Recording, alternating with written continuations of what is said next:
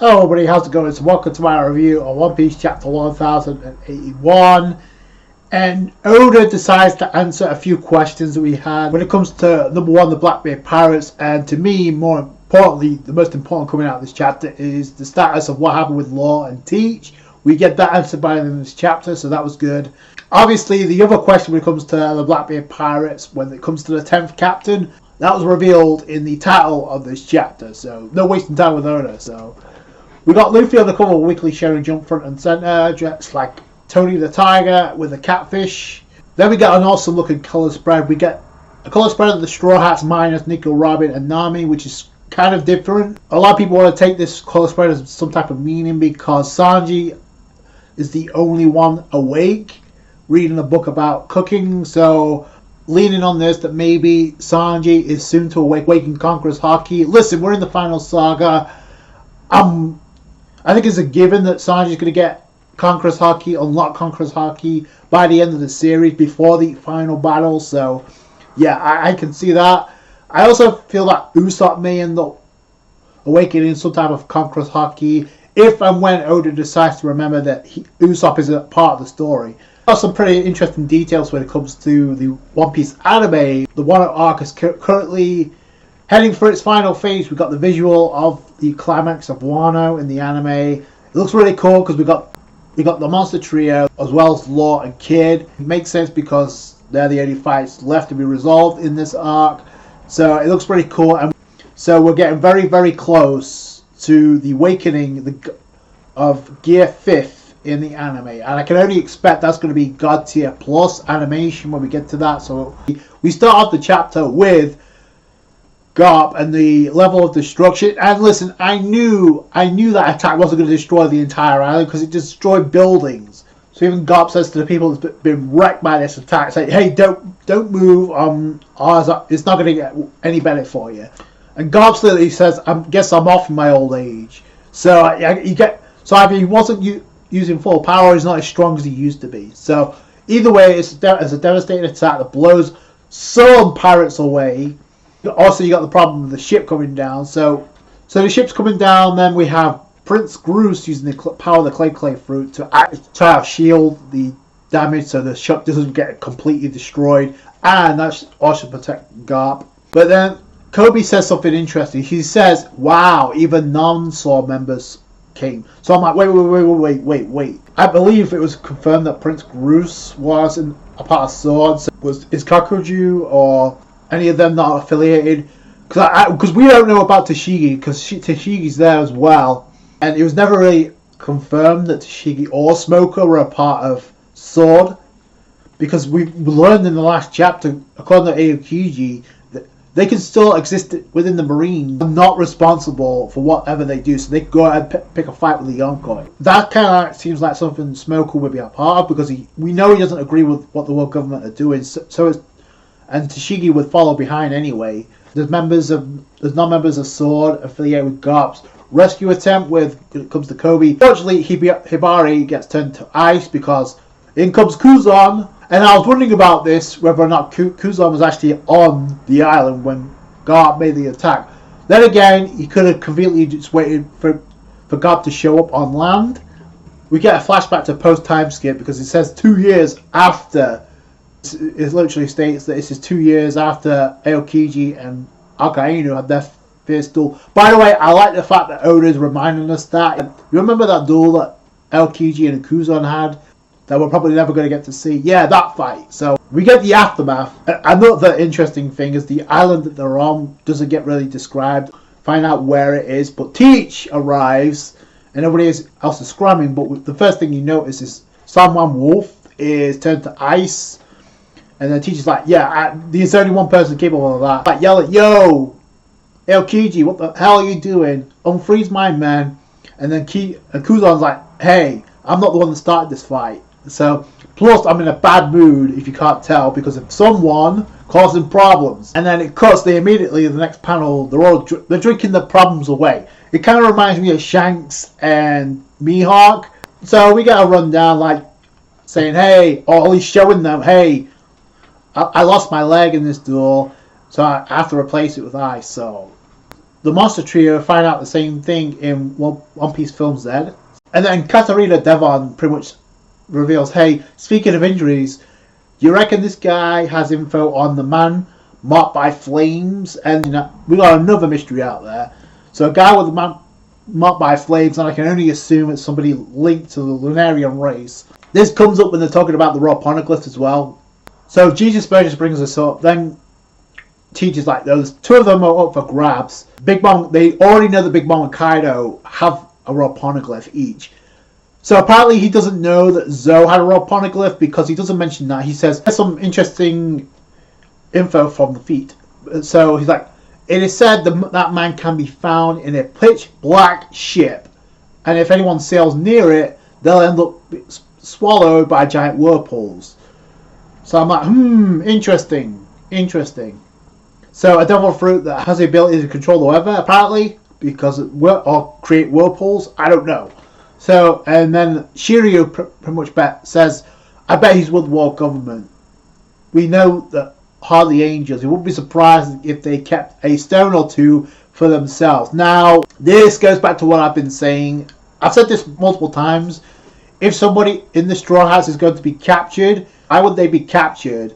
Only for them to be free, because we know they're going to Elbaf at some point. So it never made any sense unless there's a raw poneglyph that was on Merijose that the government have. It could be something like, oh, maybe the raw poneglyph does exist with the world government because it's to prevent them from finding Laughdale, which to me implies, wait, we're going to get a war with the world government before they find the One Piece or after? But to me, that's obviously foreshadowing. I don't know what's going to happen after this arc because we've got a war coming on. But then Aokiji's like, oh, poneglyphs hold bit of memories for me. He says he doesn't remember seeing a redstone at O'Hara, but he's like, it's like he's having regrets about what happened because he's like, what I do remember is a dear friend taking a stand against the world government, and the traumatized eyes of a little girl obviously traumatized Robin. So because he's drinking it up, maybe he's having regrets. Jesus Burgess is like, what's up with that sob story? Then in the background, and Kuzon, even though he's wrong, he's obviously overhearing this. So he's like, Commodore, what do you want to do? His power could be quite useful. Should we steal it? Try to threaten like, oh, let's kill him and take his devil fruit. Maybe something you don't want to blurt out, even if he is drunk.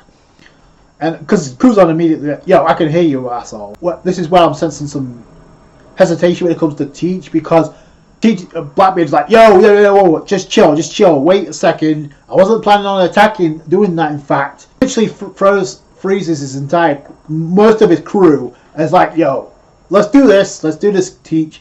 And then Teach is like, yo, how would you like to join my crew? And the Guardians of Justice dumped you, so what's next? This is interesting. So don't be a moron. It's not enough to win me over. But as soon as Teach says, oh, you're free now, that's what makes us pirates. We're free to do whatever we want, which is exactly what he told Smoker the last time we saw Aokiji. I have freedom to do whatever I want now. So maybe he's not affiliated with Sword, because everyone was pointing to him being a double agent. He could betray the Blackbeard pirates, but I actually think there's a better chance of Teach sticking the knife in Kuzon's back before that happens. I'm like, wait. Teach, is Aokiji a threat to you? Because you do have the power of the Yami Yami no Mi and the Quick fruit. So Garp is like, yo, so Aokiji's like, no, I'm through with that. So he uses Ice Ball to try and freeze Garp, but since he's got Kakurasaki, that's not going to do anything. We saw it with Doflamingo, that did jack shit to him. Garp smashes out with it with Blue Hole. Oda cuts away. So I was actually getting hooked with this, but then no. By the way, it was also revealed in this panel that Kuzon is the 10th captain of the Blackbeard Pirates. So I don't know why people putting too much stock into that. I wasn't, because we haven't seen them much at all until now. So now Oda's going to reveal somebody new as the 10th captain? No. So to me, it wasn't that big of a deal, and apparently not according to Wado, because it was Kuzon. Then we go to the most interesting part of the entire chapter. And we obviously get a winner. You see Law's hat. Now Oda is trying to do everything in his power to make it seem like Law's been killed. He's not. He's on the verge of it, but he's been beaten, but he's not dead. We see the Polo Tang has been split in half. Boy, oh boy, what a coincidence, right? after we just saw the same thing with Kid. So then Teach is like, oh, since you basically got the hearts from the Rocky Port incident, maybe they'll be happy if I take your heart instead. So what should I do with the Opi no Mi? Should I sell it or use it? So, and then he says, I don't suppose you fancy making me immortal. I'm going to get back into that in a minute, because that implies two things. Before Teach could do anything, he plays around too long, because Beppo uses his chance to go into a Sulong form, which is beast, literally. He catches Teach off guard, but he uses this opportunity and an opening to like get Law away. It's the same thing that happened with Kid, by the way. So Law and Beppo get away, and crap, we can't go after them. They're escaping by sea. But I'm like, wait, don't you have a ship? Go after them in. So what's the deal with that? So if they don't have a ship, then who's coming to the island with the Jolly Roger on it? Who's coming to Egg Island with the Jolly Roger on it? So that's how the chapter ends. Law and Beppo's like, yo. And I respect to Law, because he wanted to go back to save the rest of his crew. Beppo's like, no, just believe in them. They'll be fine. We need to survive. Don't you dare die, Captain. So they go underwater. That doesn't mean they're dead. Big Mama and Luffy end up underwater to begin during Wano, and I don't know, they turned out to be fine. Getting back to Teach, like where he's like threatening to take the Opi no Mi, or maybe he used that to make me immortal, which that's what Doflamingo wanted as a countermeasure to like Kaido. But here's the thing, I get Doflamingo was asking him because there's no one in his crew to consume a second devil fruit. Because otherwise, why wouldn't you kill Law and just take the devil fruit for yourself? To me, it's obvious the whoever has it can't grant immortality on themselves. So Teach, even though his body's abnormal, that proves to me two things. Either one, your body's not able to handle a third devil fruit, normal body. Even with this abnormal body, you won't be able to use the Opi no Mi to make yourself immortal. Why don't you just kill Law, take his devil fruit, and give that to one of your crew members to actually use for you? If that's what you wanted, if you knew about that. So that doesn't make any sense. So it implies either Teach can't consume a third devil fruit, or he wouldn't have been able to use the immortality on himself, which to me is a good move, because you create a plot hole if you do that. So, because how the hell is Luffy supposed to deal with Teach? Yes, it would make sense when it comes to Shanks, because nothing Shanks would do would kill him. I get people wanting to go with this theory, but it never really made any sense, and Oda just shut it down immediately with this chapter. Beppo going Sulong, shout out to Beppo for getting his Shensho out of harm's way.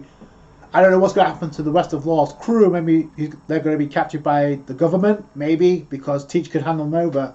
Hey, look what we got. Or maybe Law's crew is captured along with Pudding, and they're on the ship that's heading to Egghead Island with their Jolly Roger on it. Maybe. Could Oda have revealed this much sooner? I think he should have. I don't know why Oda took this long to reveal what we could have predicted, because I literally said this since the moment we got it. Oda revealed that these two would be clashing. I said, could I see Law defeating Teach? No.